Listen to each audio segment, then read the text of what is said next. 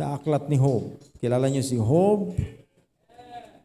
Isang patriarka sa Biblia na magandang pagbulayan natin at pag-aralan natin ang kanyang buhay. Sa ganoon ay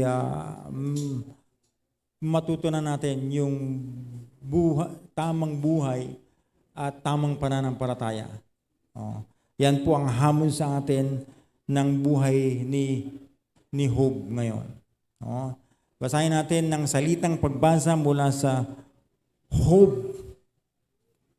or Job chapter 1 from verse 1 down to the last verse para maunawaan po natin ang istorya at mamaya-maya ay isa-isahin po natin yan. Okay? Are you there?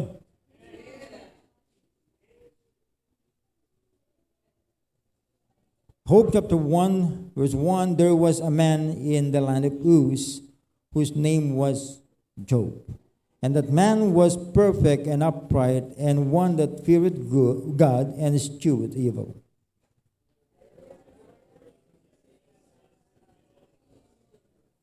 His substance also was 7,000 sheep and 3,000 camels and 500 yokes of oxen, 500 she-asses, and a very great household, so that this man was the greatest of all the men of the east. His sons went and feasted in the houses, every one this day, and sent and called for their 3 sisters to eat and to drink with them. And it was so, when the days of their feasting were gone about, that Job sent and sanctified them, and rose up early in the morning, and offered burnt offerings according to the number of them all. For Job said, it may be that my sons have sinned and cursed God in their hearts. Thus did Job continually. Now there was a day when the son came to present himself before the Lord, and Satan came also among them. And the Lord said unto Satan, Whence comest thou? Then Satan answered, said, Lord, and said, From going to and fro in the earth, and from walking up and down in it. The Lord said unto Satan, Hast thou considered my servant Job, that there was none like him in the earth, a perfect and upright man, one that feareth and escheweth evil? Then Satan answered the Lord and said, That Job fear God for naught? That's about him and about his house, about all he had on the other side, that thou blessed the work of his hand, his substance and increase in the land. But put forth thine hand now, and touch all that he hath, and he will curse thee to thy face. The Lord said unto Satan, Behold, all that he had is in thy power. Only upon himself put not forth thine hand.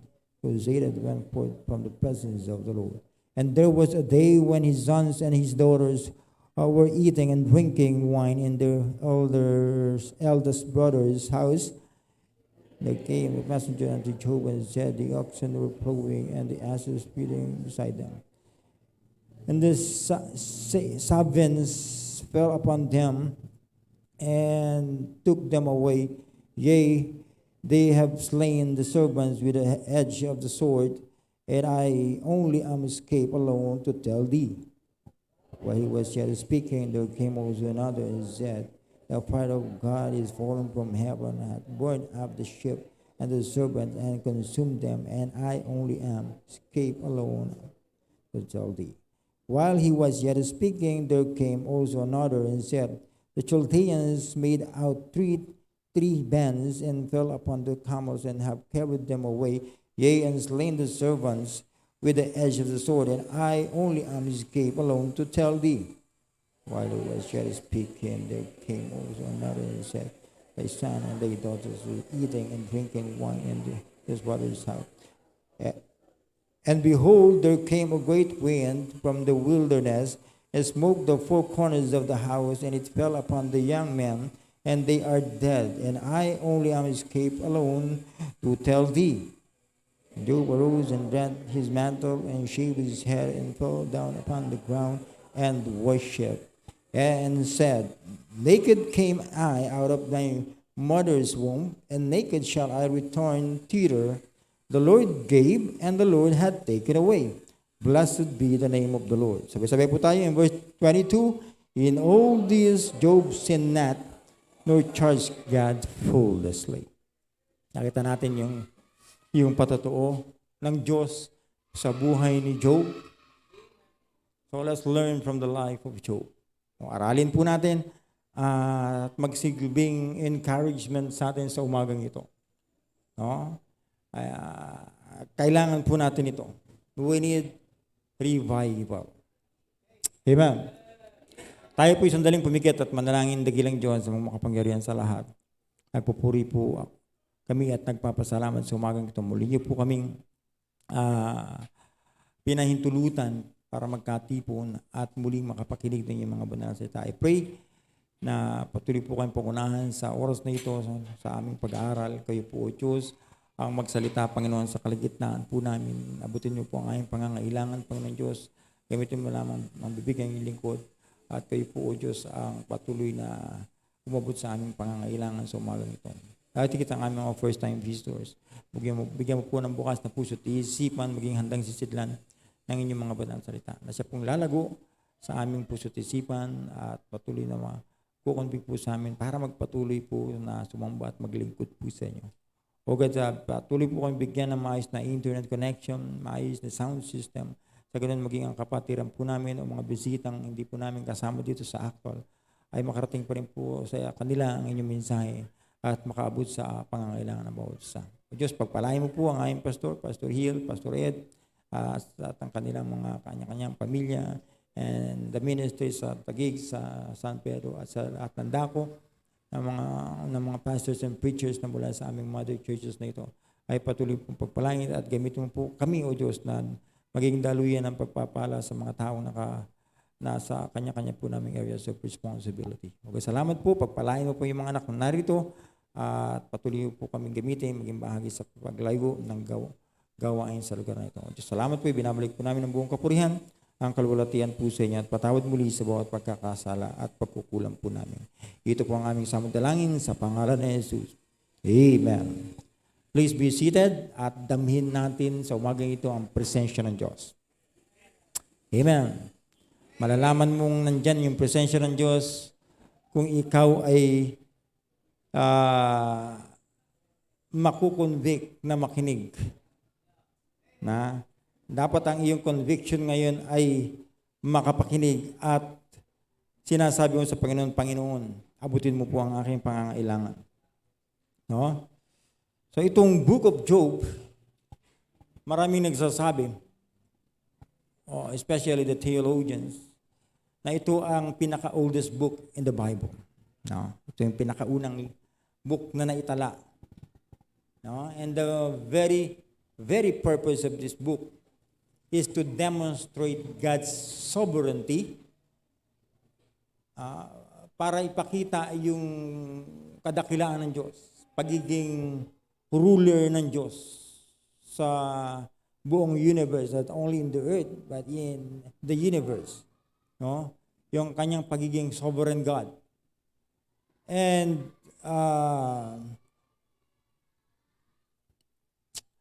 para maipaliwanag ang totoong kahulugan ng pananampalataya. And this book addresses the question, makikita mo dyan, why do the righteous suffer? Bakit nga ba nagdudusa o nagdurusa ang mga taong matuwid? Why do the righteous suffer? No? So this book gives an insight into the work of Satan. No? Of course, pag pinag-aralan mo kung sino si Satanas, Satan is an accuser. No? Sa puntong ito, sa context na yun, makikita natin kung paano si Satanas ay makikita natin kung paano siya naging accuser. No? Kaya makikita natin, napakahalaga kapatid, alam niyo ito yung team namin sa conference, no? Na gusto kong i-convey sa inyo. Bagamat, of course, hindi ko maulit exactly the message, but yung punto sa buhay ni Job, yung matutunan natin, personal nating matutunan, aralin at matutunan sa buhay ni Job. At ito yung i-apply natin sa buhay natin, and that's good, that's fine. Napakaganda po niyan, no? Kaya pag-aralan po nating mabuti. Sabi niya sa verse 1 na binasa natin, there was a man in the land of Uz whose name was Job. And that man was perfect and upright, and one that feared God and eschewed evil. Yan yung team. Sabi ko nga, yan yung team namin sa men's conference. Amen. It is one thing to be a male, and it's another thing to be a man. It must be a male man. Hindi lang basta lalaki, kundi tunay na lalaki. Yung kasarian natin, malalaman natin pagkapanganak natin, ay babae. Pag may lawit, lalaki. Pagkapanganak pa lang, alam na natin. Pero yung pagiging totoong lalaki niyan, pagiging man, didetermine natin habang siya ay lumalaki. Hindi natin pwedeng sabihin, huwag tayong maniwala sa mga politicians na nagpapasa ng batas na ang mga bata ay may karapatang pumili ng kanyang gender. Pagdating niya ng 18 years old, mamimili siya kung ano siya, lalaki ka ba o babae? Anong gusto mo, maging lalaki o maging babae?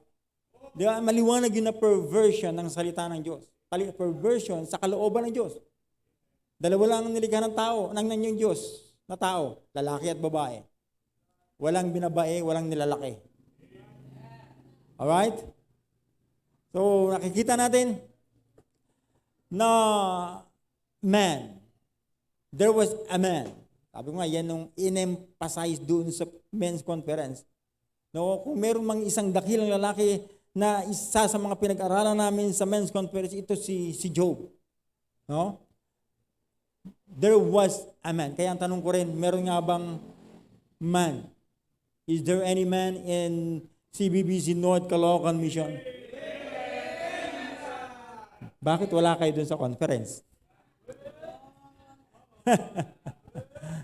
Ang alam kong man, ay i-strive yan para makarating sa mga pagtitipon ng mga kalalakihan. Kaya, i-desire natin from now on, let's pray for that. On the next conference ng mga man or men, ay makasama po kayo. Yayamang inaamin nyo naman na ikaw talaga ay lalaki. I mean, tunay na lalaki. No? Ikaw ay tunay na lalaki. Amen. Parang yung iba nag-aalanganin pa. Kahit nag-aalanganin ka, say amen pa rin. No? Para hindi na mahalata. Amen. Sabi yan, there was a man in the land of Uz whose name was Job. And that man was perfect and upright. That man is perfect and upright. When you say perfect, it means complete. Morally complete or undefiled. Yan yung pagiging complete. Sabi niya, perfect and upright. And upright means straight or righteous or simply a just man. No? Taong matuwid. No? Amen. Parang natutulog pa yung iba. No? Sabi yan, the one that feareth God, the one and one that feareth God and escheweth evil. Siya yung tao, siya yung lalaki na meron totoong pagkatakot sa Diyos, merong pagre-reverence, pagsamba sa Diyos. Tao that escheweth evil. Mahirap talagang minsan banggitin yung King James Bible. The one that eschewed evil. Eschewed evil. No? Ibig sabihin ng eschewed is to turn off or decline or depart or leave, put away, remove. Siya yung lalaki na umiiwas o iniiwasan o inaalis yung kasamaan sa kanyang sarili. Amen. Lalaking Job ang pinag-uusapan natin. No? At alam ko, maraming lalaki dito. Isa lang ang narinig kong lalaki. And then sabi sa verse 2, and there were born unto him 7 sons and 3 daughters. So matotal, si Job ay merong 10 anak. And then sabi niya sa verse 3, his substance also was 7,000 sheep and 3,000 camels and 5,000 yoke of oxen, 500 she-asses and a very great household, so that this man was the greatest of all the men of the east.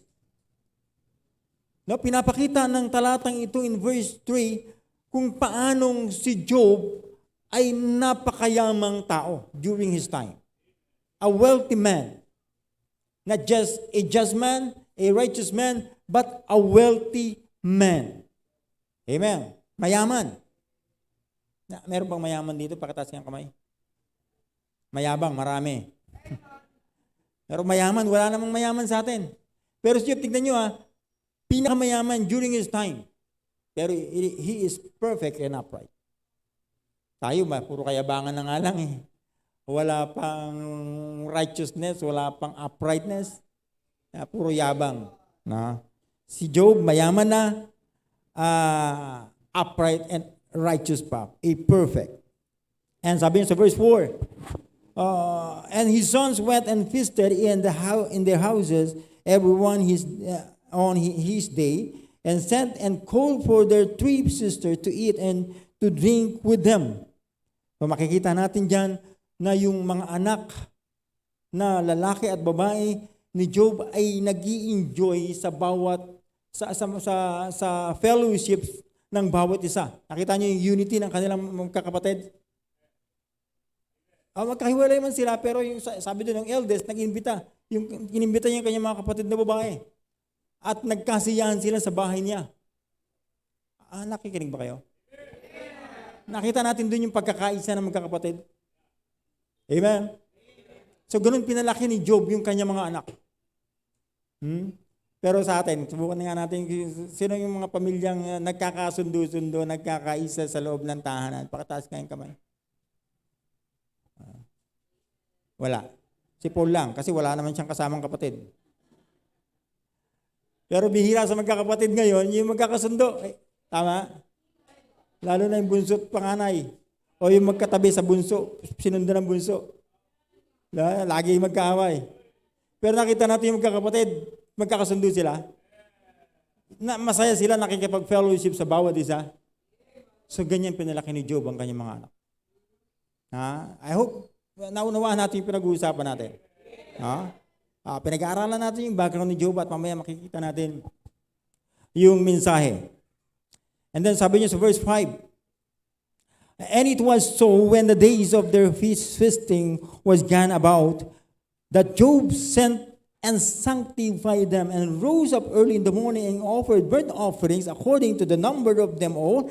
For Job said, it may be that my sons have sinned and cursed God in their hearts. Thus the Job continually. Nakita niyo ba kung gaano ka-responsable si Job? Job continually doing his responsibilities just to maintain the good relationship of his children to God. Di ba? Alam niya, hindi niya alam. Nagkasiyahan sila. Hindi ko alam, baka na-curse nila ang Diyos. Baka sa sobrang kasiyahan nila. Kaya agad-agad sinangtify niya. And then nag-offering, nag-sacrifice siya para sa Panginoon. Nakita niyo ba kung gaano ka-responsableng magulang si Job? Na patuloy niyang inilalapit ang kanyang mga anak sa Diyos. Amen. Kaya nga, yan yung layunin ng ating church. Kaya nga, yan yung team natin, My Family, My Disciple. It is our responsibility, parents, na ilapit yung ating mga anak sa Diyos. Paano natin sila mailalapit sa Diyos? Kung tayo mismong magulang malayo sa Diyos. Tell me, paano natin gagawin yon? Amen. Huwag kayong tumahimik mga magulang, lalo na mga kalalakihan. Oh. So kahit na nasasaktan kayo sa sinasabi ko, say amen pa rin. O kaya kahit nasasaktan sa Panginoon, sabihin mo sa Panginoon, salamat Panginoon sa mensahe para sa akin yan. Just say amen and be blessed this morning. And then sabi niya sa verse 6, now there was a day when the sons of God came to present themselves before the Lord, and Satan came also with among them. And the Lord said unto Satan, whence comest thou? Then Satan answered the Lord and said, from going to and fro in the earth, and from walking up and down in it. So na alam naman natin that the original state of Satan was an angel. He was an angel. Dati siyang si Lucifer, the anointed cherub. No? Kung paano siya nakikipag-converse, nakikipag-communicate sa Diyos. At kung paano siya nagko-complain at ina-accuse ang Diyos. No? Alam naman natin kung paano napunta sa kalagayan na mula pa sa pagiging Lucifer, the anointed cherub na ibinagsak ng Diyos, inalis sa trono ng Diyos, inalis sa kaharian ng Diyos, at ibinagsak dito sa lupa. At ngayon, nandyan sa katabi mo. Hindi yung katabi mo, kung naman tignan yung katabi mo. Nandyan, hindi mo siya nakikita because Satan is a spiritual being. He is a spirit being. No? At ang kanyang kapangyarihan ay ayon lang sa kapahintulutan ng Diyos. He only has a limited power. Kung hindi ipapahintulot sa kanya ng Diyos, hindi niya kayang gawin, lalo na sa mga anak ng Diyos. Nakita niyo ba? May kapahintulutan lang ang Diyos na gawin niya ang gusto niyang gawin kay Job. At gusto lang patunayan ni Job, hindi. Kaya lang naman, tignan mo, sa verse, sabi ni Satan sa verse 8, and the Lord said unto Satan, hast thou considered my servant Job, that there is none like him in the earth, a perfect and an upright man, one that feareth God and escheweth evil? Nakita mo ba si Job? Ay yung aking anak, yung aking servant, kung paano siya ay perfect and upright. Siyang natunay na natatakot sa Diyos, o merong pagre-respeto sa Diyos, at ayaw niya, umiiwas siya sa masama. Sabi ni Satanas, then Satan answered the Lord and said, that Job fear God for naught? Natatakot ba si Job nang wala man lang dahilan? Hindi ba, sabi niya sa verse 9, has not thou made an hedge about him and about his house and about all that he had on every side? Thou hast blessed the work of his hand, and his substance is increased in the land.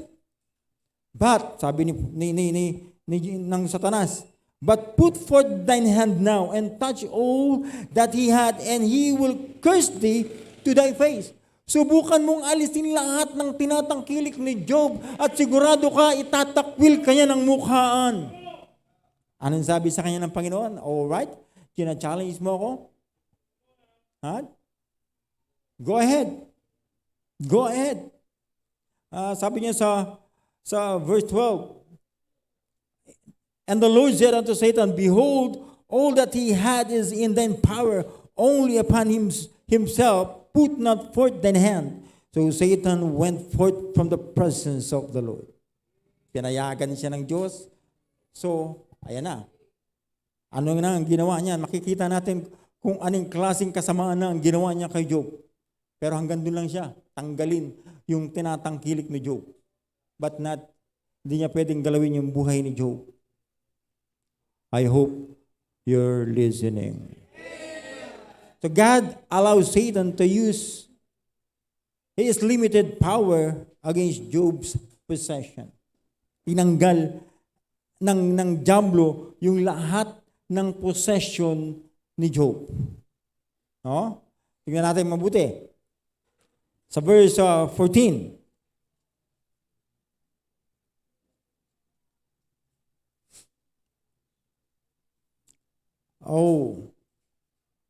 And there So verse 13, and there was a day when his sons and his children were eating and drinking wine in their oldest brother's house. And there came a messenger unto Job and said, the oxen were plowing and the asses feeding beside them, and the servants fell upon them and took them away. Yea, they have slain the servants with the edge of the sword, and I only am escaped alone to tell thee. And he was yet speaking, and there came also another and said, the fire of God is falling from heaven and hath burned up the ships and the servants and consumed them, and I only am escaped alone to tell thee. And while he was yet speaking, there came another and said, the Chaldeans made out of 3 bands and fell upon the camels and have carried them away, yea, and slain the servants with the edge of the sword, and I only am escaped alone to tell thee. Nakita natin kung paanong tinanggal ni Satanas ang lahat na meron si Job. Nakita niyo ba? Lahat nawala.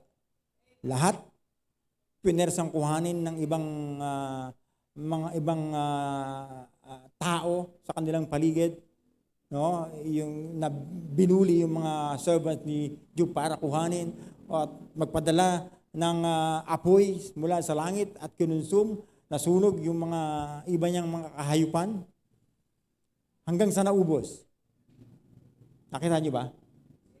Si Job, bagamat mayaman, dahil sa kapahintulutan ng Diyos sa dyablo, tinanggal ng dyablo yung kanyang yaman. Pero hindi lang yun. Tingnan nyo. Basahin pa natin mabuti. And while, sa verse 17, sa verse 18, while he was yet speaking, there came also another and said, thy sons and thy daughters were eating and drinking in their oldest brother's house. And behold, there came a great wind from the wilderness and smote the 4 corners of the house, and it fell upon the young man, and they are dead, and I only escape alone to tell thee. Patay lahat ng 10 anak ni Job.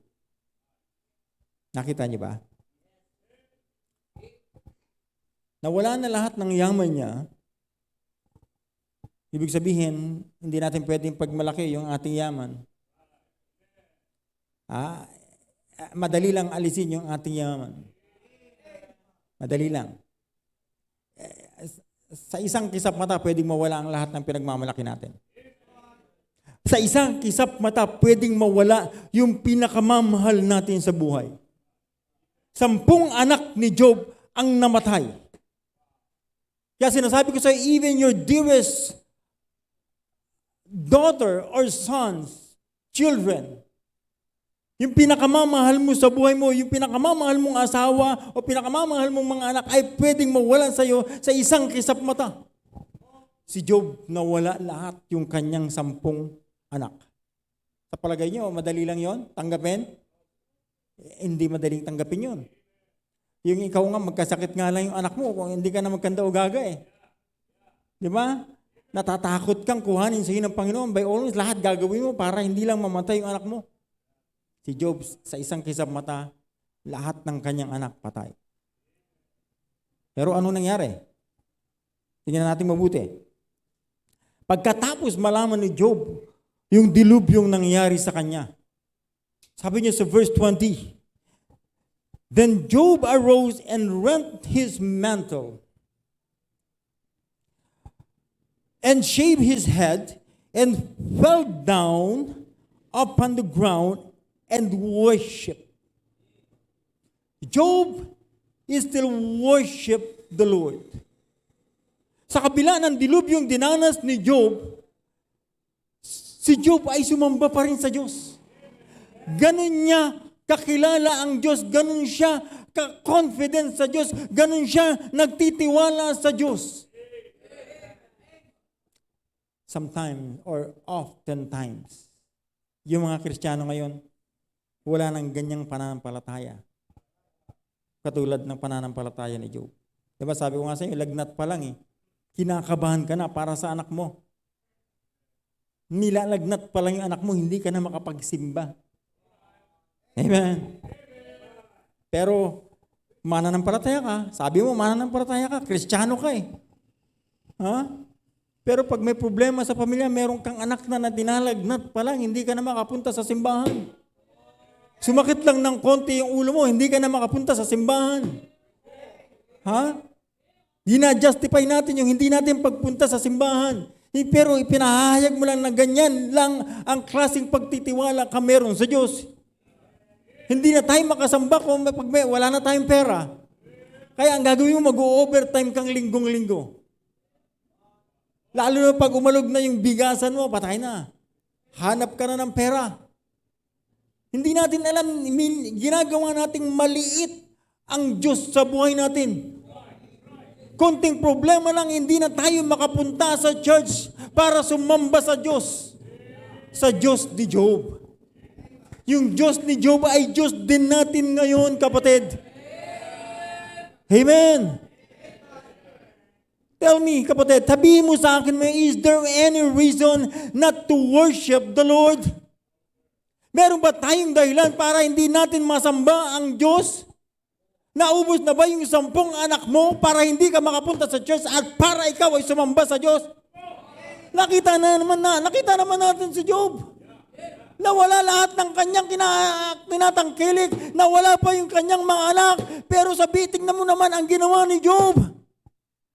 Hindi pa rin siya nagkasala. Instead, sabi niya sa verse 21, and said, naked came I out of my mother's womb, and naked shall I return thither.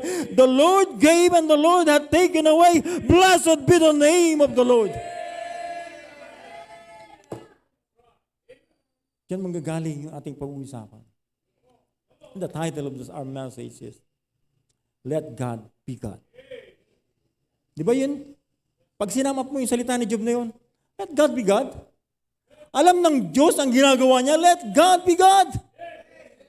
Gaano mo kakilala ang Diyos sa buhay mo ngayon? Gaano mo kakilala yung Diyos ni Job sa buhay mo? Maliit pa rin ba ang pagkakilala mo sa Diyos ni Job? Ha? Alam mo ba yung ibig sabihin ng sinabi niya, the Lord gave and the Lord had taken away. Yung Lord dyan it means Jehovah in Hebrew word. When you say Jehovah, He is eternal God, the self-existing one. Siya yung Jehovah. Walang pasimula, walang katapusan. Yan yung pinagtitiwalaan ni Job. Pero ang tanong ko, ganyan din ba ang tiwala natin sa Diyos ni Job? And there's the first thing. I have only 2 reasons that we need to i-adapt natin itong prinsipyo na to. Let God be God. In any situation beyond your control. No? Let God be God in any situation beyond your control. Hayaan nating maging pahayag ng Diyos yung kanyang pagiging Diyos sa sitwasyon na hindi natin kontrolado. May kausap ba ako? Ano ang sitwasyon mo ngayon, kapatid? Ano ang sitwasyon mo sa oras na ito na hindi mo kontrolado? Para sabihin mo, let God be God. Tingnan natin yung patotoo ni James. Let's open the book of James in James chapter 5. Yung patotoo ni James patungkol kay Job. James chapter 5. Starting verse 10. The Bible says, take my brethren, the prophets who have spoken in the name of the Lord, for an example of suffering, affliction, and of patience. Behold, we count them happy which endure.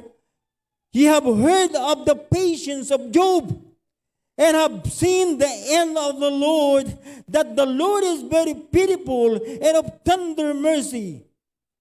But above all things, my brethren, swear not, neither by heaven, neither by the earth, neither by any other oath, but let your yea be yea, and your nay be nay, lest ye fall into condemnation.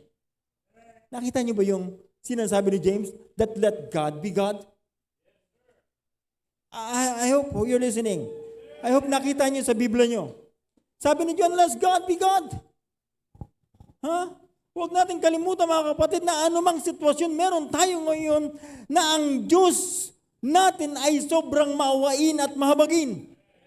Na sinasabi na ni James na nakakaranas man tayo ng mga bagay na katulad ng naranasan ni Job, ay huwag natin kalimutan na kapag may ipinangako tayo sa Panginoon, ay pilitin nating tuparin para hindi tayo bumagsak sa paghatol.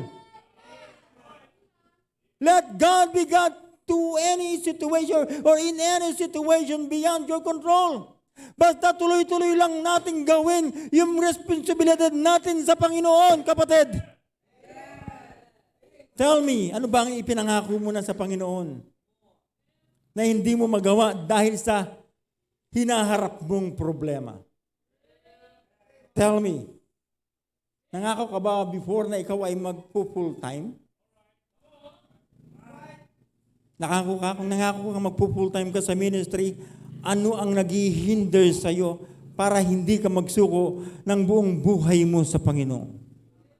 Tell me, is there any reason para ikaw ay magdalawang isip na magbigay ng buhay mo sa Diyos?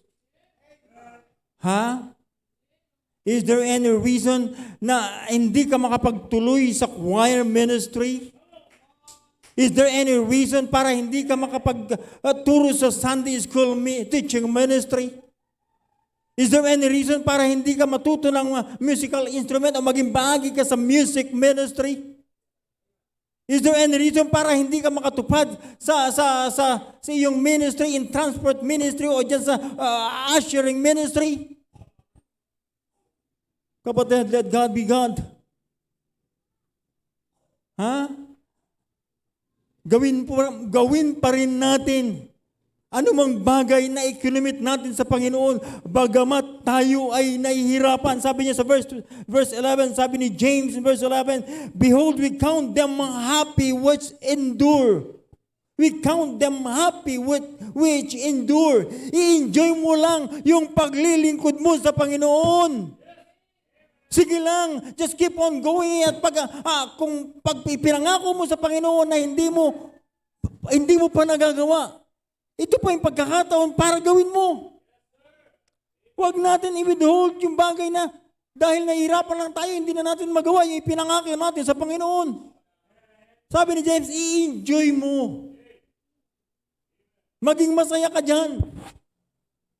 Maging masaya ka habang naglilingkod sa Panginoon. At anumang ipinangako mo sa Panginoon para hindi ka hatulan on the latter end, gawin mo pa rin kahit nahihirapan ka. Nangako ka na, Panginoon, mula ngayon, buhat nung natutunan kong dapat palang magbigay ng tithes and offering sa'yo. Mula ngayon, na sinasabi mo, noon mo pa sinabi yun, magtatapat na ako sa'yo sa aking tithes and offering. Pero hanggang ngayon, nahihirapan ka pa rin. Ha? Ganyan ba kaliit yung pagkakilala mo sa Diyos ni Job? Are you listening? Ikaw ba ay nangako na magbibigay ka ng sapat na oras para sa Panginoon? Pero gaano kalaking oras na ang ibinibigay natin para sa Panginoon? Ha? Sabi mo, nangako ka, ano mang gagawin ko? Mag-alalaan ako ng lakas ko para sa gawain ng Panginoon. Mag-i-involve ako sa ministry ng Panginoon. Ba't hanggang ngayon, hindi pa rin? Mga kapatid, this time, sabihin mo sa sarili mo, Panginoon, nahihirapan man akong magtapat sa aking tithes and offering, and yet magtatapat pa rin ako sa iyo, Panginoon. Nahihirapan man ako sa iyo magbigay ng time, maglalaan pa rin ako ng time para sa iyo, Panginoon. Nahihirapan man ako magbigay ng lakas ko, magbibigay pa rin ako, maglalaan pa rin ako ng lakas para sa gawain ng Panginoon. Nahihirapan man ako magbigay ng aking commitment, magbibigay pa rin ako ng aking commitment sa Panginoon. Enjoy it. Let's enjoy it. Let's enjoy serving the Lord. Amen. Let God be God in any situation beyond your control. Hindi mo nga kontrolado eh. Tapos pipilitin mong kontrolin. Are you listening? Nakikinig ba tayo? Yung bagay na hindi natin kontrolado, hayaan natin ang Diyos. Hayaan natin ang Diyos ang gumawa. Huwag natin pilitin. Pilit ka na matagal ka nang tinatawag ng Panginoon. Tapos pilit ka pa rin, takbo ng takbo sa Panginoon. Let God be God. Matagal kang hingi sa Panginoon. Nang ibibigay mo sa iyong commitment, ibinigay sa iyo ng Panginoon. Pero pagdating sa iyo, Panginoon, utangin ko muna kasi meron akong babayaran eh. Diyan mo gamitin yung katagang let God be God. Ibinigay ito sa akin ng Panginoon. Ito ang pinangako ko sa Panginoon. Ibibigay ko muna ito sa Panginoon. Let God be God! Hindi yung pag nasa iyo na, nung isang araw nag-visit kami, merong nagpatotoo na isang kapatid na sabi niya, alam mo, marami na ako, nahihiya talaga ako sa Panginoon. Marami na akong ipinangako sa Panginoon. Napakabait sa akin ng Panginoon. Lahat ng hiningi ko sa Panginoon, ibinigay sa akin ng Panginoon. Pero pag nandun na ako, pag nasa akin na, unti-unti kong nakakalimutan yung pinangako ko sa Panginoon. Minsan ko palang gumawa, minsan pa lang ako nakalabas para humayo, para mag-soul winning. And yet, hindi na naulit yun. Nagpapatotoo siya na marami siyang ipinangako sa Panginoon pero hindi niya tinupad. That's why he's suffering. Hindi naman, kapatid, sabi ko by the mercies of God. Dahil sa maraming habag ng Diyos sa atin, maaring hindi tayo nakakatanggap ng consequences ng ating kasalanan. Kapatid, dito. Ayun na yung mga security dun. Dito kayo tumingin. Mind your own business. Kapatid, makinig kayong mabuti. Let God be God, sabi ko. In any situation that beyond your control. Diba? Ang masakit na katotohanan sa buhay ng Kristiyano, pag nagka-problema tayo, ang una nating ginigive up ay ang Panginoon. Ang una nating inaalisan, yung pangako natin sa Panginoon. Samantalang may commitment tayo sa Panginoon. May kinumit na tayo sa Panginoon bago pa dumating yung problema na yan. Nakita niyo ba si Job? Hey, listen! Nakita mo ba si Job? Sa kabila ng naubos ang kanyang tinatangkilik, namatay yung kanyang 10 anak, and yet nagwo-worship pa rin siya sa Panginoon. Pero ikaw nagkasakit lang, o isa lang sa buhay mo, mahal mo sa buhay ang namatay, hindi ka na makapunta sa church para mag-worship sa Panginoon. Iniiwan natin ang Panginoon. Ang una natin ginigive up, yung ipinangako natin sa Panginoon. Maliit kang pagkaminsan o gano'ng kadalas ang minsan, maliit ang pag-istima natin sa Diyos. Amen.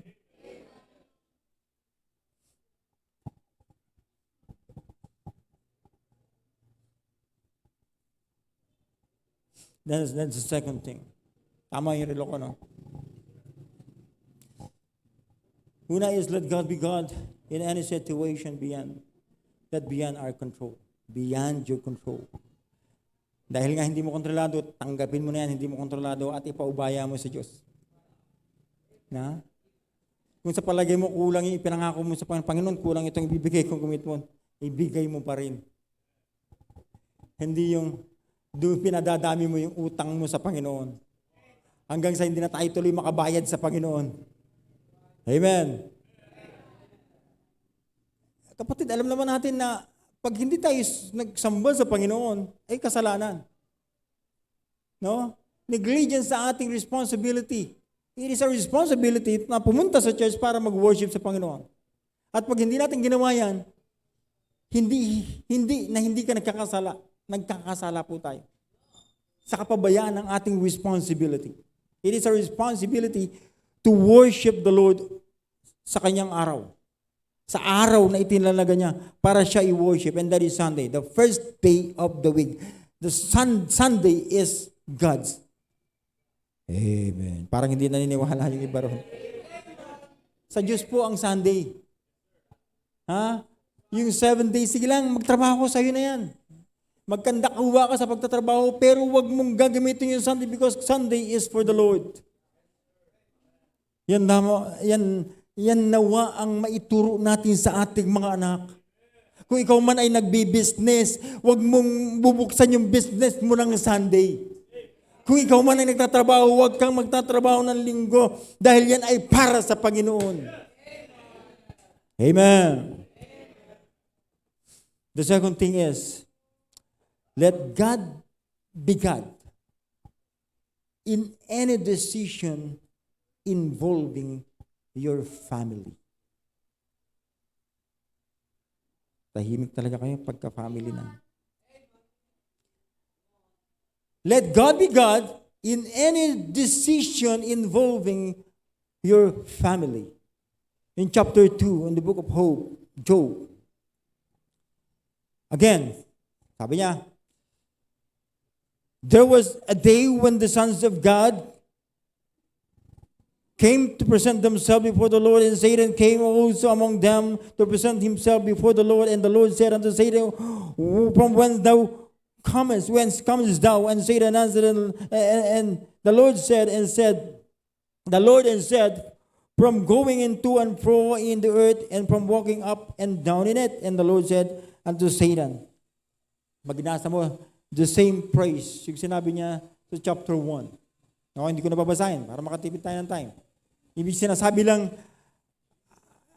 ng Diyos, this is the second round.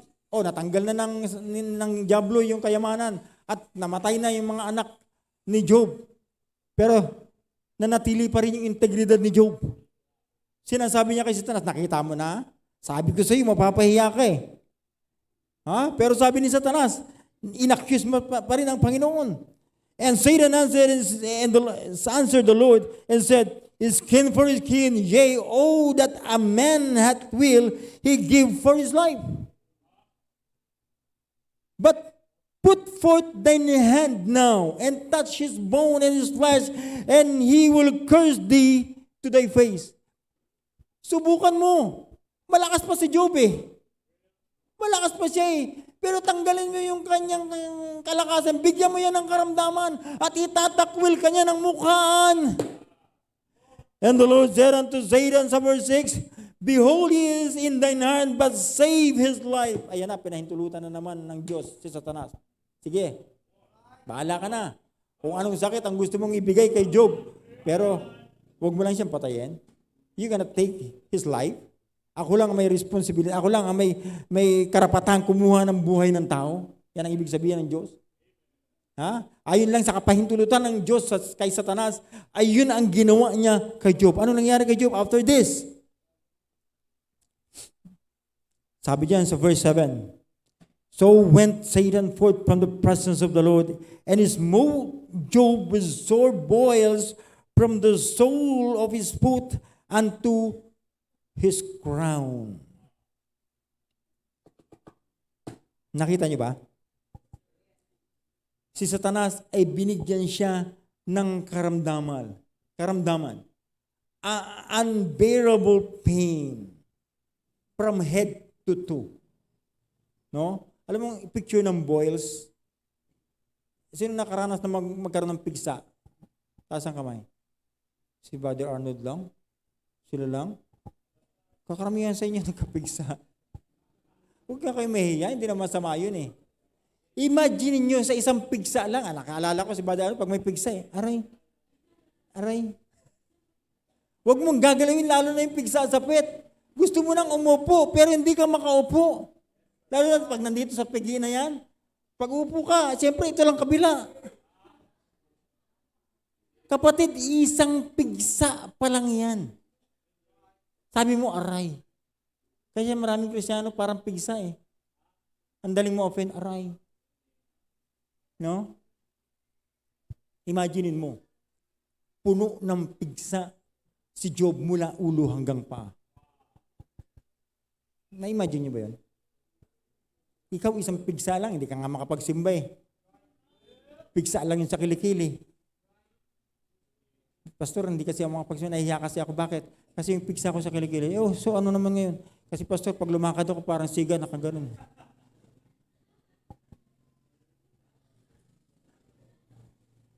Di kalsuhan mo. Kung nandiyan sa kilikili, kalsuhan mo tapos lagyan mo ng ano. Kunyari, may pilay ka na lang para hindi ka galawin. Kesa naman dahil lang sa pigsa, si Job nga ay nag-worship kahit puno ng pigsa ang buong katawan. Ano bang ginawa niya? Inipon niya lahat ng mga ashes, mga abo. Alam mo yung abo sa lutuan? At doon siya, niilakad niya, doon siya humiga. At kumuha siya ng kapirasong bato. Alam niya yung parang yung tiles, na pag pinutol mo, merong matalas na kanto. Ayun yung pangamot niya sa mga makati. Na-imagine niyo ba yun? Tapos ikaw, nagkakurikong ka lang na isa pa lang naman. Hindi ka na makapagsimba. Tapos pagagandahin mo pa, sabi mo, may allergy kasi ako. Kurikong! Allergy pa, kurikong ang tawag dyan. Isang piraso, 2 piraso, 3 pirasong kurikong, hindi ka na makapagsimba. Si Job nga puno ng pigsa mula ulo hanggang paa, pero nagwo-worship pa rin sa Panginoon. Gumagawa siya ng paraan para mais yung kanyang nararamdaman. Pero alam mo ang masakit na katotohanan, walang dumamay sa kanya.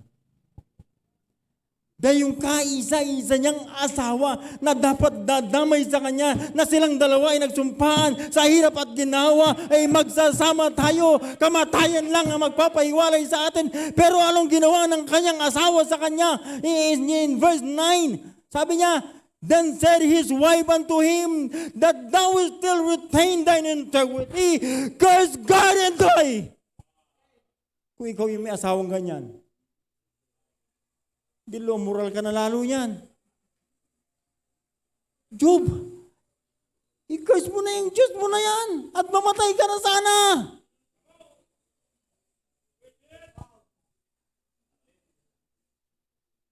Parang naalala ko yung isang asawang lalaki na nakaramdam ng may matinding karamdaman, nagbili na siya sa kanyang asawa. Sabi niya, love, sweetie pie, honey pie, pag namatay ako, bahala ka na sa mga anak natin, ha? Yung account ko nandyan, may savings ako dyan. Magkano? 1,000.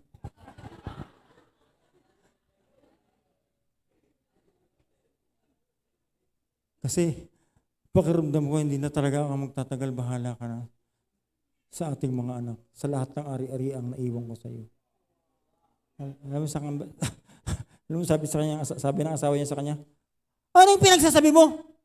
Tinuli ka lang, ganyan na pakiramdam mo? Bagong tuli lang pala eh. Yung iba hanggang ngayon, hindi pa nagsisingin. Na mababa yung yung signal. Ha? Minsan tayo ganun eh. Ha? Imbis na magpatuloy, na nakarinig ng masakit na salita, ihinto. Na-offend ako. Kanyo ka na-offend? Kay pastor. Bakit? Kasi sinabi niya ganito. Kay pastor ka pa talaga na-offend. Ako naranasan ko rin naman talagang na-offend eh. Ha? Pero hindi kay pastor. Pag nakapakinig ako ng great truth kay pastor, nagpapasalamat ako. Pero na-offend ako dun sa miyembro na dati hindi ko maunawaan, ba't ganito ito? Ito ba ang ministry nito? Offender talaga? Gustong pauwiin yung mga miyembro? Parang gusto ko na rin umuwi eh. At hindi na magpatuloy. Pero yun ba yung commitment ko sa Panginoon? Ha? Kaya nga ginawa ko, ipinanalangin ko yung taong yan. Hanggang siya'y naging kaibigan ko. Hindi niya nalaman na ako'y offended sa kanya. Hindi niya nalaman hanggang ngayon, hindi niya alam. Ha? Kayo, na-offend lang kayo, nabiro lang kayo. Hindi niyo na makausap yung naka-offend sa inyo. Samantalang sabi ng Biblia, kung sino ang naka-offend sa iyo, lapitan mo. Kausapin mo, kapatid, na offend ako sa iyo. Mas magandang gawin yung makipag-usap ka kesa hindi makipag-usap. Amen. Kung ikaw may ganitong asawa, ha? Sa palagay mo, matutuwa ka? Yung hirap ka na. Hindi mo alam kung saan ka pupwesto. Tapos sigawan ka pa ng asawa mo, Job, mamatay ka na sana! I-grace mo na yung Diyos mo na yan at mamatay ka na. Pero ano sabi ni Job? Tingnan natin yung sagot ni Job. In verse 10. But he said unto her, Thou speakest as one of the foolish women speaketh. What? Shall we receive good at the hand of God? And shall we not receive evil? In all this, did not Job sin with his lips? Ha? Nakita niyo ba yung sagot niya, yung rebuke niya sa kanyang asawa? Anong sinasabi mo? Ikaw ay parang isa sa mga mangmang na babae na nagsasalita ng kamangmangan. Hindi mo alam yung sinasabi mo. Mabuting bagay lang ba ang pwede nating tanggapin sa Diyos? Hindi ba tayo pwede makatanggap ng masamang bagay mula sa Panginoon? At sabi mismo ng Panginoon, hindi nagkasala si Job mula sa kanyang bibig. Amen. He simply said, let God be God. Let God be God in any decision involving your family. Some of you wives, maybe some of you are experiencing similar persecution from your husband. Yung iba sa inyong mga asawa, meron kayong husband na persecutor. Ayaw kayong pagsimbahin sa simbahan ito. Pinagsisulusan nila yung simbahan.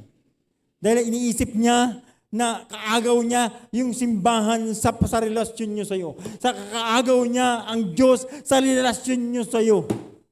Kapatid, gusto ko lang ipaalala sa iyo na it must be God first. Diyos dapat muna ang unahin natin bago sino man. Amen. Minsan ganun din. Yung wife na pinagbabawalan ng kanyang husband, andiyan ka na naman. Yung husband na pinagbabawalan ng kanyang wife, lagi ka na lang dun sa church. Doon ka na tumira. Dali mo na lahat ng gamit mo. Ha? Naranasan ba yan ni Paul? Naranasan din yan ni Paul. Di ba, Paul? Mas malamang oras mo doon, sige na, doon ka na lang tumira.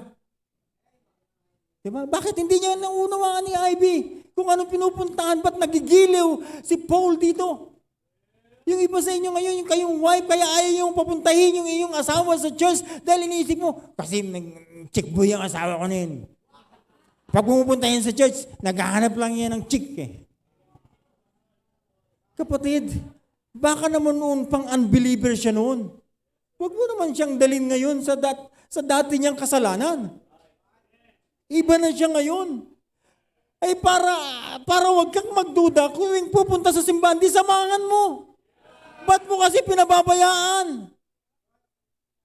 Pag pupunta kung saan-saan, pinababayaan mo. At pag pupunta sa simbahan, ayaw mo.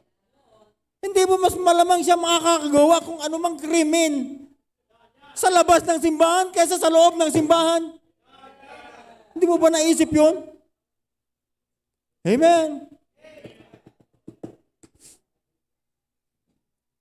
Kapatid, gusto ko lang ipaalala sa iyo. Huwag mong mahalin yung asawa mo higit sa Diyos. Kasi minsan, isang araw, by all means, hindi mo maiiwasan, maghihiwalay kayong mag-asawa. Yeah. Hindi man kayo maghiwalay dahil hindi naman kayo nag-away, pero talagang maghiwalay kayo pag namatay ang isa sa inyo. Hiwalay talaga. Hindi ba magandang mas magtiwala tayo sa Diyos na binigyan ka ng buhay na papapakinabangan mo hanggang sa kabilang totoong buhay? Tapos ipagpapalit mo siya sa temporal na buhay? Anong klase namang kaisipan yan? Kaya nga ang kailangan mo dyan, ikaw man ay husband, ikaw man ay wife, ang kinakailangan mo dyan ay paninindigan na alam mo, kilala mo yung Diyos na sinasamba mo at pinaglilingkuran mo. Ipakilala natin sa kanila. Ipakilala mo sa Kanya na merong kang Diyos na buhay. And He is Jehovah, yung pinapatotoo ni Job. He is Jehovah, the self-existing one. He is the omnipotent, omniscient, omnipresent, and immutable God, unchangeable God. Unahin natin siya at huwag natin siyang ipagpalit kanino man, sa asawa mo man, mga anak mo man, magulang mo man. Let me remind you that though God is a loving God, but God is also a jealous God. Bagamat ang Diyos ay mapagmahal, pinahayag niya yung pagmamahal niya sa atin, but God commanded His love towards us, and that while we were yet sinners, Christ died for us. Bagamat ganun tayo kamahal ng Diyos, unconditional love ang binigay sa atin ng Diyos, and yet wag natin kalimutan, He is also a jealous God. Mapanibughuin ang Diyos.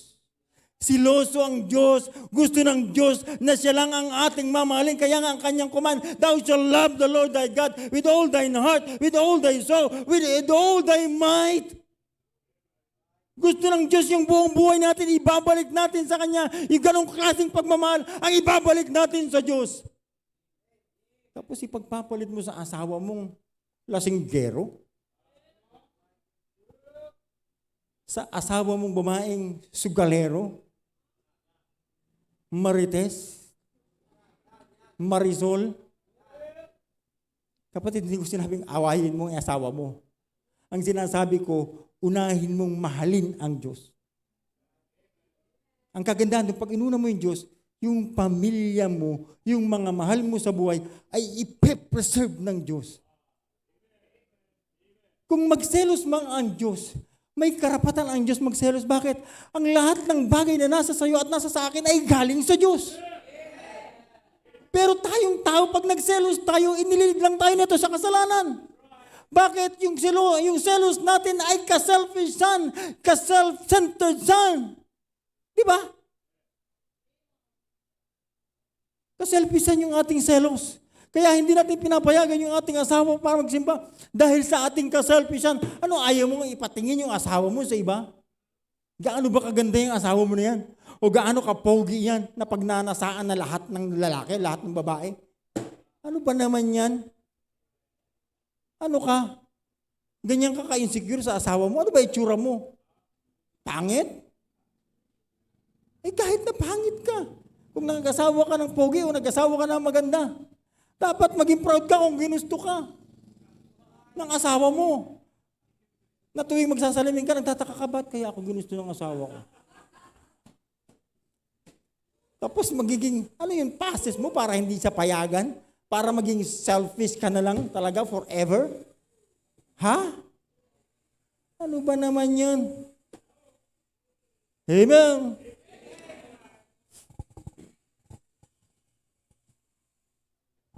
Excuse me.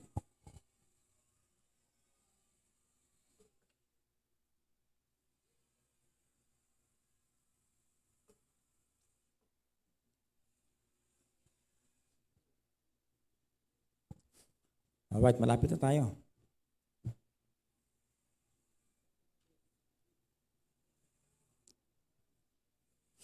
Kapatid,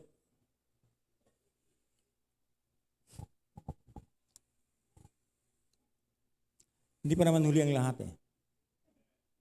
Pwede mo namang i-correct. Pwede pa. Pwede pa nating maayos yung relasyon natin sa Diyos. Ha? Unahin lang natin. Alam mo, tignan mo mabuti. Kung meron mang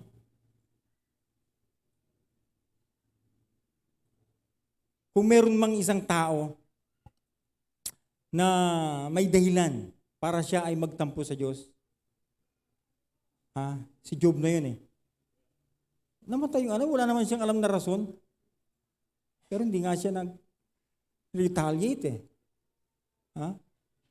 Kung meron man siyang karapatan, kung meron mang isang tao magtatampo, isang husband, sasabihin niya sa Panginoon, bakit ba naman itong asawa pa na tinira mo? Sana ito na lang kinuha mo eh. Huwag na lang yung mga anak ko. Di ba, no? Pero yung iba sa atin, ipinagpapalit talaga natin ang Diyos sa tao. Ngayon mabuti. Gusto ko ipaalala sa inyo. Meron dalawang klaseng pamilya sa church na ito. Okay, dalawang pamilya. Pamilya na bago ka magkapamilya, meron ka ng pananampalatayang ito. Di ba, no? Naniniwala ba kayo sa sinasabi ko? Kung naniniwala kayo, hindi masamang magsalita ng amen. Pero kung hindi, di ba, bali na lang. So, bago ka magkaroon ng pamilya, meron ka ng ganitong pananampalataya. Alright? Pangalawang klase ng pamilya. Bago ka makarating sa church at magkaroon ka ng ganitong pananampalataya, meron ka ng pamilya. So, dalawa lang talaga. Na bago ka magkaasawa, meron ka ng pananampalatayang ganito. At bago ka magkaroon ng pananampalataya, meron ka ng pamilya. So, dalawang klase. Gusto kong i-remind ito sa atin. Okay, ganito yon. Kaya nga, nung ikaw ay nakarating dito, na hindi ka pa kasal, pero nagsasama na kayo, meron na kayong 1, 2, 3 anak, tinulungan kayo ng church para kayo ay makasal legally. Yung pwedeng makasal legally, ay tinulungan natin para sila ay maging kasal legally. Of course, yung illegally, yung sinasabi nating, let God be God. Nakarating ka dito, illegal na ka eh. At hindi naman pwedeng illegal. So let God be God. Tama yun, di ba? Let God be God. Hayaan mo ang Diyos yung mag-correct niyan. Kaya nga yung mga, kung natatandaan ko pa, na unang nakasal dito si RJ. Tama ba si RJ? Si RJ at saka si Maricel. Si Panoy at si Raquel. Si Paul at si Ivy. Si Jay at si John. Last si Jomar at si Regine.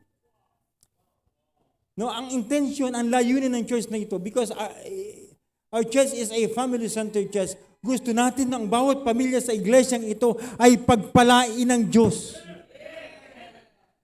Of course, yung illegally, wala tayong magagawa doon. Wala tayong magagawa doon. So let God be God. I hope you're listening. So ini-encourage natin na magpatuloy. Anumang sitwasyon meron ka ngayon, just magpatuloy ka lang. Maaari ikaw ay umaani ng consequences ng kasalanan mo noon, pero huwag mong kalimutan. Meron kang mga anak na minsan isang araw ay magpapamilya rin na katulad mo. Kung gusto natin magkaroon sila ng maayos na pamilya in the future, piliin natin silang manatili sa simbahan ito para sa kanilang magandang kinabukasan. Amen. Kung galing man tayo sa broken families, huwag na natin itong iparanas sa ating mga anak. Ang church ito ay nagtuturo kung paano sila mapoproteksyonan bago sila dumating sa panahon ng pagpapamilya. And that is our principle on marriage. Kung hindi ka pa mag-aasawa, huwag ka munang manligaw. Kung hindi ka pa mag-aasawa, huwag ka munang magpaligaw. Amen. Protection nila ito. Kailangan nila itong mapakinggan. Ano mang sitwasyon mo ngayon, nandito ka man sa kalagayan na ito, na illegally married ka. Hayaan mo na, let God be God. Ang mahalaga, kayo ay nakakapakinig pare-parehas ng salita ng Diyos at hayaan mo ang salita ng Diyos ang mag-refine, mag-ayos ng buhay natin. Salita lang ng Diyos ang pwedeng magbago ng ating buhay.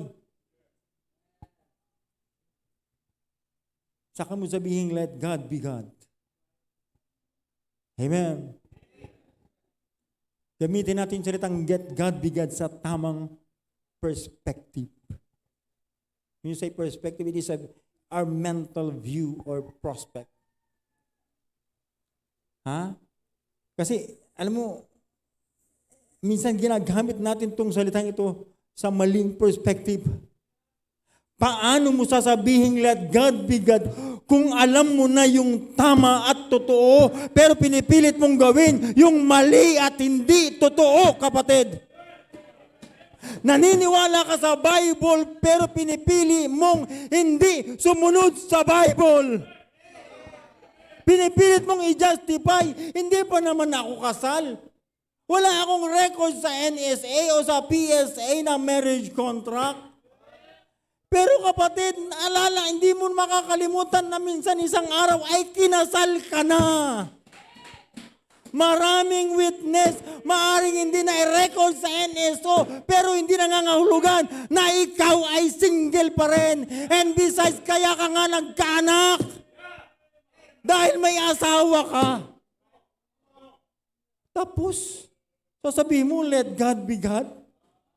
Eh, nasa mali kang sitwasyon. Pipilitin mong i-justify yung sitwasyon na sabi mo, let God be God. Sabi ko, let God be God in any situation beyond your control. Yung hindi mo kayang kontrolin. Pero yung bagay na kaya mo namang kontrolin, kaya mong desisyonan. Dapat magdesisyon ka ng tama, alang-alang sa pamilya mo. Kesa isakripisyo mo yung kapayapaan at pagpapala mula sa Diyos. Amen. Kapatid, alam mo yan? Alam mo yan? Pero ang masakit na katotohanan, para kang nagtatanga-tangahan. I'm sorry for the word, pero wala akong ibang mapiling word eh. Yung alam mo na yung totoo, parang nagtatanga-tangahan. Paano mo sasabihin, let God be God? Kung alam mong mali ang sitwasyon mo. Ha? Sabihin mong let God be God kung tinatama mo yung sitwasyon mo. Amen. Hindi pa naman huli ang lahat, kapatid. Pwede mo pa rin i-correct. Just repent or change your mind towards God. Alang-alang lang sa iyong mga anak. Alam mo ba na binibigyan mo ng confusion ng iyong mga anak sa iyong sitwasyon ngayon? Pero kung ang gagawin mo, isauli mo yung illegal spouse mo. Isauli mo at ayusin mo yung pag-aaruga sa iyong mga anak. Palakihin mo sila ng tama sa church. Saka mo sabihin, let God be God. Sabihin mo dyan sa spouse mo na yung hilaw, sabihin mo, kung tayo talaga. Hintayin natin ang panahon, malay mo mamatay yung asawa kong totoo. Pero yung unahin mo siya at sabihin mo, let God be God, you're blaspheming. You're blaspheming God. Alam mo yung totoo, pero ayaw mong sumunod sa totoo. Gusto mo ng Biblia, pero ayaw mong sumunod sa Biblia. Gusto mo ng church, pero ayaw mo yung standard ng church. Nagsiset up ka ng panibagong standard sa buhay Kristiyano mo, kapatid. Sabi ko nga sa'yo, kung bago ka lang nakarating dito sa church, sa ganyang sitwasyon ka na understandable, huwag niyo akong misinterpret. Kung kayo man ay nasa ganyang sitwasyon, tinutulungan natin may correct. Ang sinasabi ng let God be God. Hayaan mo, i-convict ka ng salita ng Diyos. Pero yung ikaw ay lumaki na sa church, doon ang nakapagtataka. Meron ka ng tamang prinsipyo, gusto mo ng prinsipyo, pero pinipili mo lang yung susundin mo. Gusto mong lumaki yung anak mo sa church, pero gusto mo silang bigyan ng confusion. Kapatid,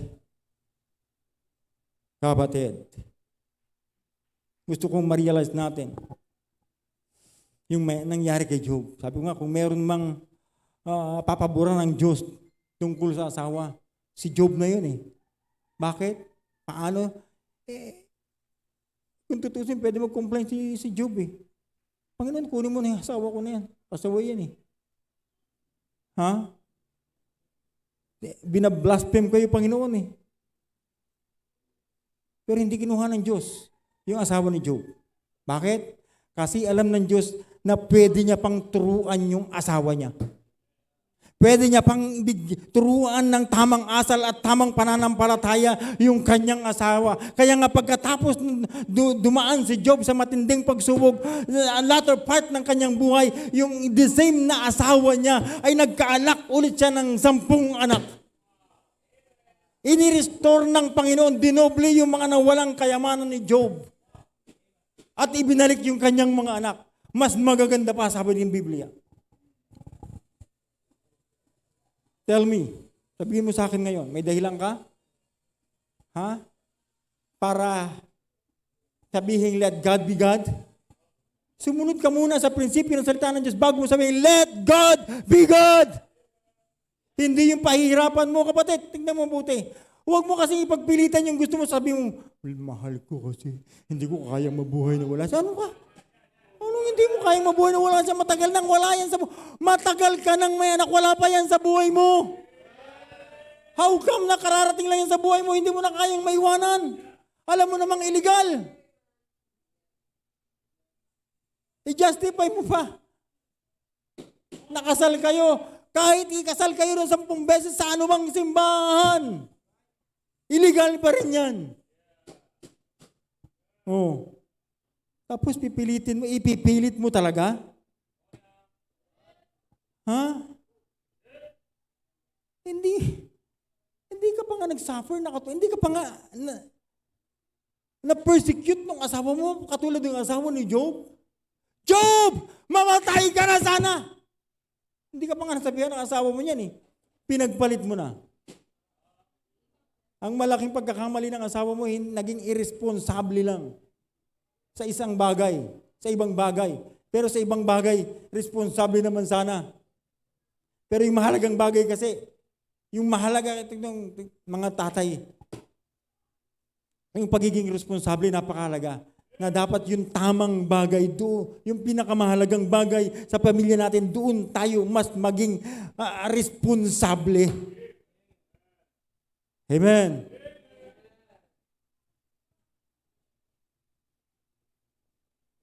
Makinig tayo.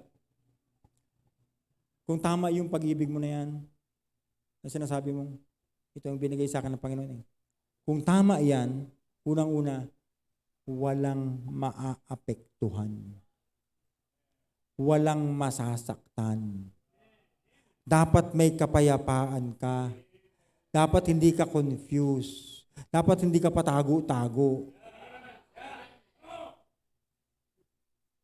Bakit patago-tago? Illegal eh. Illegal. Tapos parang kami pang mali nagsasabi ng totoo at hindi ka naiintindihan. Kapatid, ang totoo, ikaw ang hindi umiintindi. Maliwanag ang salita ng Diyos, pero ayaw mong intindihin, kapatid.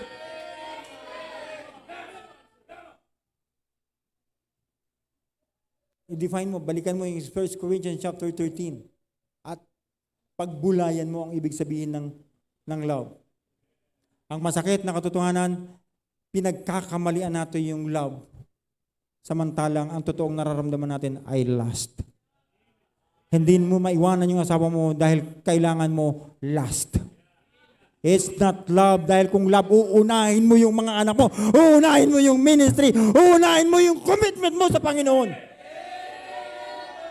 And besides, bago ka makarating sa punto na yan, may warning na sa'yo eh. Ang daming warning sa'yo para hindi ka mahulog sa ganyang klaseng kasalanan. Pero pinili mo ang kanyang kasalanan tapos i-justify mo ngayon?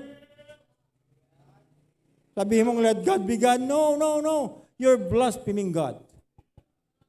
Alam mo yung totoo pero hindi mo sinusunod. Kaya kung ako sa'yo, iwanan mo yung illegally spouse mo. mag-repent ka at bumalik ka sa Panginoon.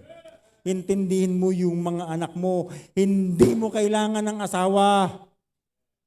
Mas kailangan mo ang Diyos kesa sa asawa. Yung asawa mo, minsan isang araw magsasawa sa'yo yan.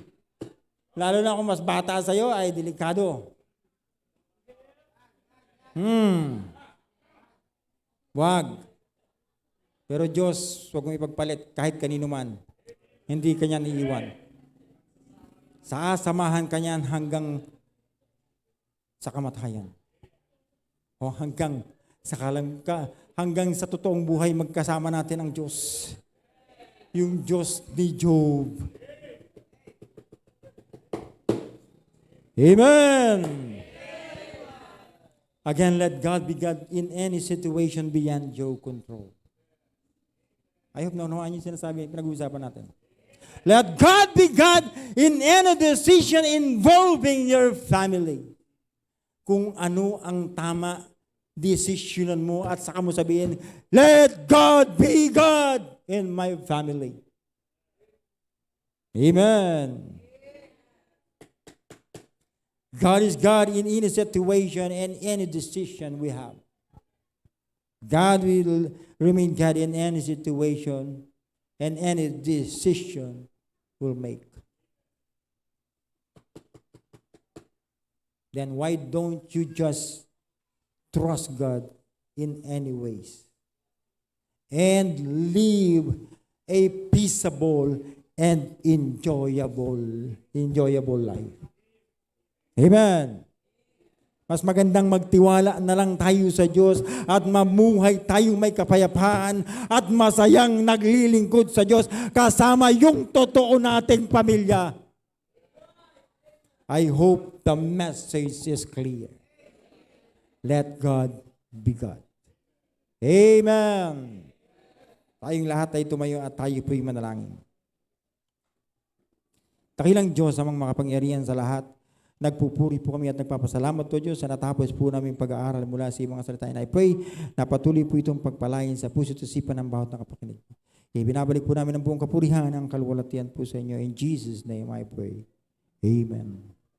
Sa mga bahagi tayo kinausap ng Panginoon sa